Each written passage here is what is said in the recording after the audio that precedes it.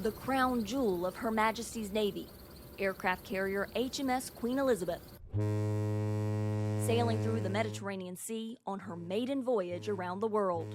We went aboard Britain's biggest ship with General Frank McKenzie, the top U.S. commander for the Middle East, who welcomed the Allies' new firepower for the region. This carrier may have the opportunity to support us in OIR in the next few days, Operation Inherent Resolve. We would certainly welcome their participation in that, should it be possible for them to do so.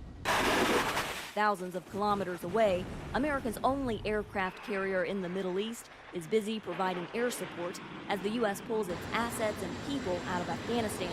So HMS Queen Elizabeth is picking up the slack in the counter-terror fight, striking Islamic State targets in Iraq and Syria from the Mediterranean Sea. Over the coming days, then we'll start putting ourselves in a position to be able to contribute towards those missions. British Captain James Blackmore is the air wing commander of the carrier strike group. Yes, we've got 18 F-35s, which you can see behind us right now. That's 10 from the US and 8 from the UK. The gravity-defying British and American F-35 jets make up the largest fifth-generation carrier wing in the world. The Marine pilots have to master a new launch style, jumping off the curved ramp of the UK carrier instead of slingshotting off a catapult as they do on American carriers. Going off on a catapult, getting up to 200 miles an hour in just a few seconds is an interesting ride.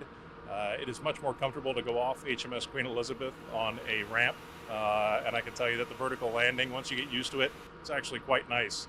The Queen Elizabeth leads a flotilla of 6 other British ships and a submarine cruising below the Mediterranean's deep blue waters. The carrier is also joined by a Dutch frigate and a U.S. destroyer, making it a force to be reckoned with wherever it goes, according to the carrier strike group commander, British Commodore Steve Morehouse. You look out on the flight deck over our shoulders, and that's an air wing that's ready to go. So the world is a dynamic place, and wherever we need to be, then we can get there quickly.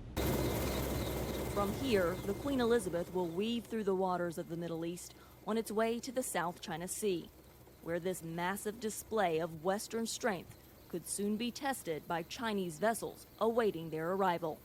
Carla Babb, VOA News, aboard HMS Queen Elizabeth.